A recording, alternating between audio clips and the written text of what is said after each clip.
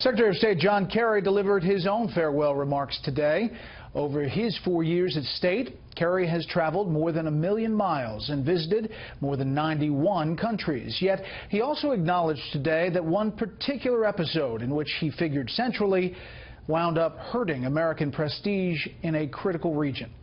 Chief Washington correspondent James Rosen reports from the State Department.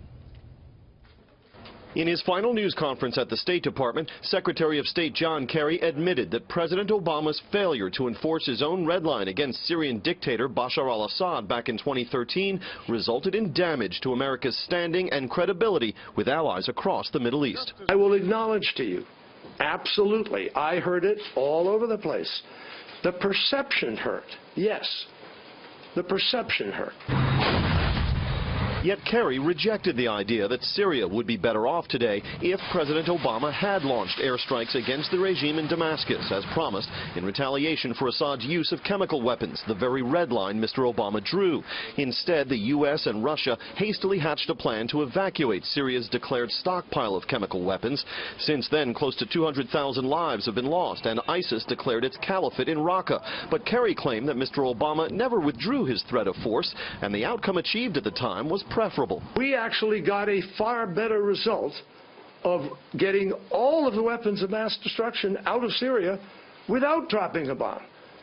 And if we had dropped a bomb, there is no guarantee we would have gotten any of them out. Is Syria today a better result, sir? No, obviously Syria it has nothing to do with that. I feel very much at home here. In a 30-minute recapitulation of his accomplishments, Kerry cited the restoration of ties with Cuba, the Paris Climate Accords, and the Iran nuclear deal. And he touted Allied successes in rolling back ISIS from several cities in Iraq, all captured by the terrorist group during Kerry's tenure at State, even as he conceded the group remains a threat. We did not let the worst happen.